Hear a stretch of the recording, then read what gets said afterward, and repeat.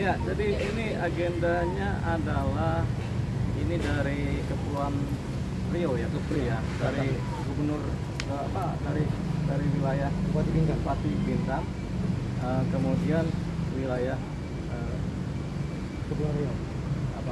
Provinsi Kepulauan Riau.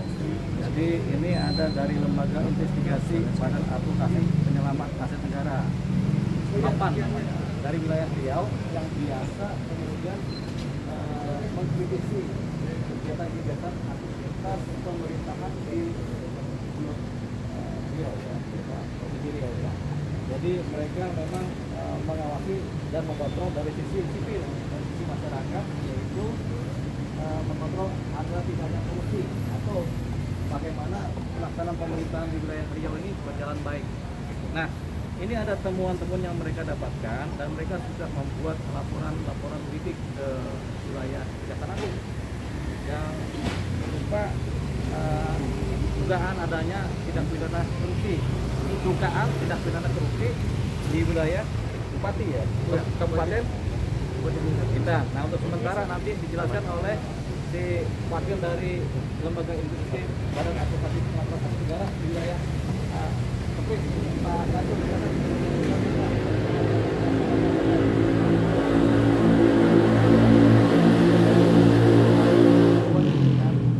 Kenapa? Dana di KPL, dana jaminan penanggulangan. Ya. Tahun 2016 ada temuan BPK sebesar 145 miliar tidak ditemukan keberadaannya.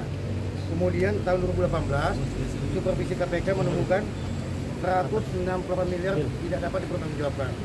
Dulu bupatinya adalah Ansar Ahmad SCMM, sekarang menjadi gubernur. Yang bisa mengambil dana itu pertama pimpinan perusahaan, yang kedua bupatinya. Nah pertanyaannya itu dana kemana? Kok bisa hilang? Kok bisa raib? Makanya saya datang ke sini meminta kepada Bang Deo, saya kuasakan hukum kepada beliau supaya ini ditindaklanjuti oleh Jampitsus. Tidak diaudit Bang itu uangnya Bang? Sudah diaudit oleh BPK 2016, 18 sama 20. Nah dananya tidak ditemukan.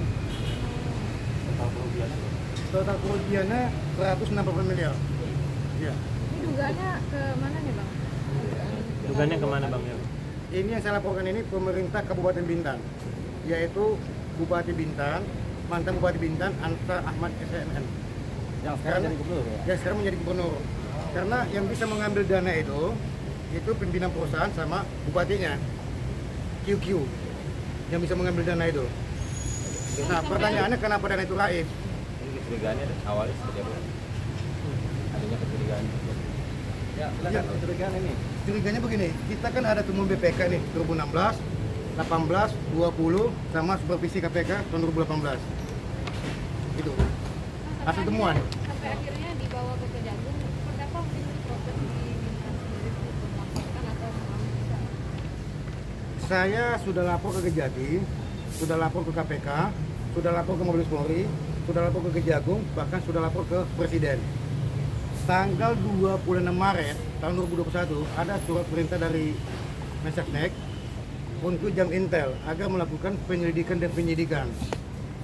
Tahun 2023 bulan 5 kemarin, Jam Intel mengatakan ada perbuatan melawan hukum dan kerugian negara.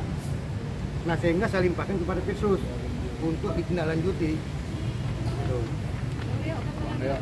Ya, jadi begini, ini kan ceritanya ini kan tambang. Jadi perusahaan-perusahahan tambang ini tambang bauksit, tambang pasir, tambang batu bara, kalau ada semua itu kan harus ada yang namanya jaminan reklamasi, jamrek namanya itu kan. Nah jamrek ini itu harus dibayarkan ke pihak pemerintah. Nah dulu itu ke pemerintah daerah, dikolek-kolek oleh pemerintah daerah sebagai jaminan reklamasi. Kalau tambangnya sudah selesai, mereka nggak melakukan reklamasi, dana jamrek ini dipakai oleh pemerintah untuk melakukan reklamasi melalui reboisasi. Nah, dana ini ada banyak sebenarnya besar ini. Nah, seharusnya dana ini ada di wilayah pemerintah. Nah, ada 44 perusahaan yang sudah menjalankan tambang tapi dana jamreknya itu nggak kelihatan. Bisa nggak dibayarkan atau bisa dibayarkan ke suatu bank yang diketahui oleh pihak pemerintah setempat, yaitu pemerintah daerah di sana di Bintan kan. Nah itu dananya besar tuh, totalnya tadi berapa? 168 miliar. Dana ini adalah dana titipan sebenarnya, tapi kalau tambang ini kemudian selesai direboisasi dikembalikan dana ini, tapi kalau enggak ini jadi dana yang dipakai untuk reboisasi. Nah, duduk soalnya karena ini temuan dari teman-teman di Bintan bahwasanya ini lokasi-lokasi lahan tambang sana rusak semua nih, banyak kan rusaknya, sehingga tidak ada penghijauan. Sementara kan menurut pikir mereka nih bahwasanya ini ada yang namanya dana jamrek yang bisa dipakai untuk reboisasi, ternyata tidak dipakai, akhirnya dia lidik dananya raib gitu. Kemana raibnya nggak tahu gitu. Kalau kita tahu juga kita juga pasti kasih tahu nih. Nah, karena kita juga nggak tahu, nah inilah yang dinamakan temuan.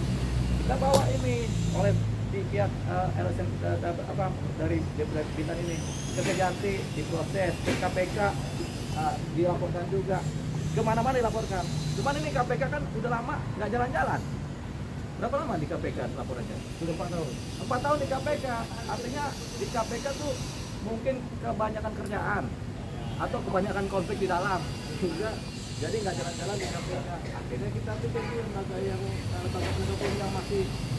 masih bisa kerja secara baik mungkin adalah di Kejaksaan Agung.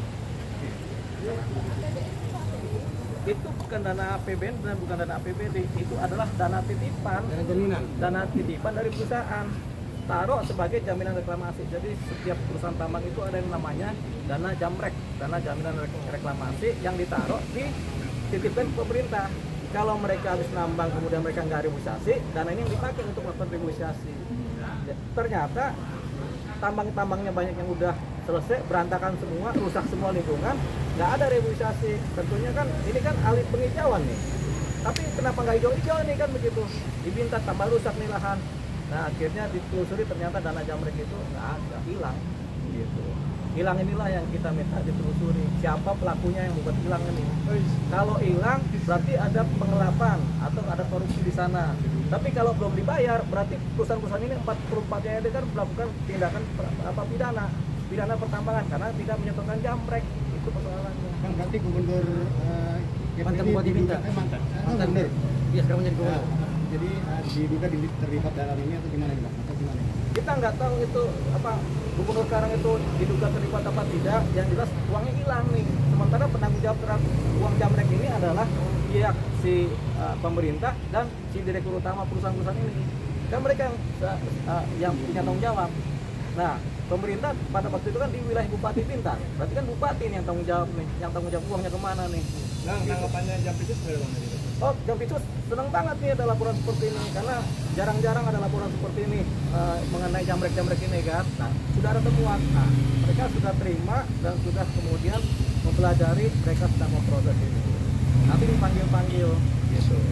Nah, ini harapan ini supaya tercipta keadilan di masyarakat Bintan sana. Kita semua membantu ini, jadi kita kuasa hukumnya dari apa nih?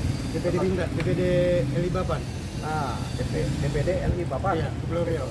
Bang Rio, jadi kita bantu. Nah, kita bantu untuk supervisi mereka ini ke wilayah Jampitsus. Dan memang dari Jampitsus memang dari Jaminta dulu ya, ini sudah dilidik, memang ada temuan dugaan perbuatan melawan hukumnya, yaitu adanya uang-uang yang gelap yang tidak diketahui kemana larinya itu.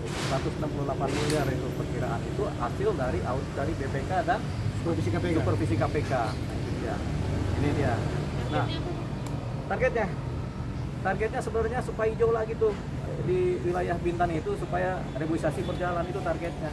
Kalau uangnya sih kan pasti diambil lagi negara itu kan. Tapi target kita supaya negara kita ini jangan rusak nih lingkungan ini kan. Udah sawit di mana-mana, udah tambang batu bara di mana-mana.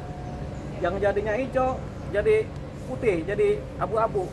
Jadi udara udah lama-lama tambah nggak bersih kan, tambah panas nih negara kita nih. Jadi targetnya adalah sebenarnya adalah penghijauan negara kita.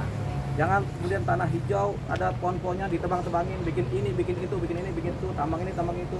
Sampai ormas agama dikasih tambang juga kan, jadi rusak nanti negara kita ini kan. Gitu. Ada lagi pertanyaan. Kondisi seperti apa sih? Berpengaruh sama masyarakat sekitar nggak?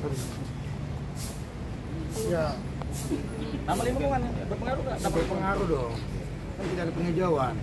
Dananya ada untuk penghijauan, tapi secara fisik tidak ada penghijauan.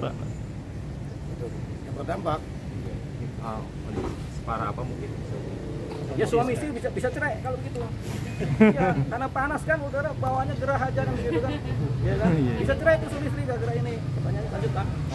Bang, udah minta konfirmasi belum Bang ke wakil bupati itu? Apa tanggapannya mereka Bang tentang dana yang hilang itu dari Abang? Saya sudah surati, tapi belum ada balasan. 4 tahun yang lalu saya surati, tidak ada balasan, sehingga saya masukkan ke APH yang ada di pusat. Mabes Polri, KPK, Kejagung, bahkan Presiden.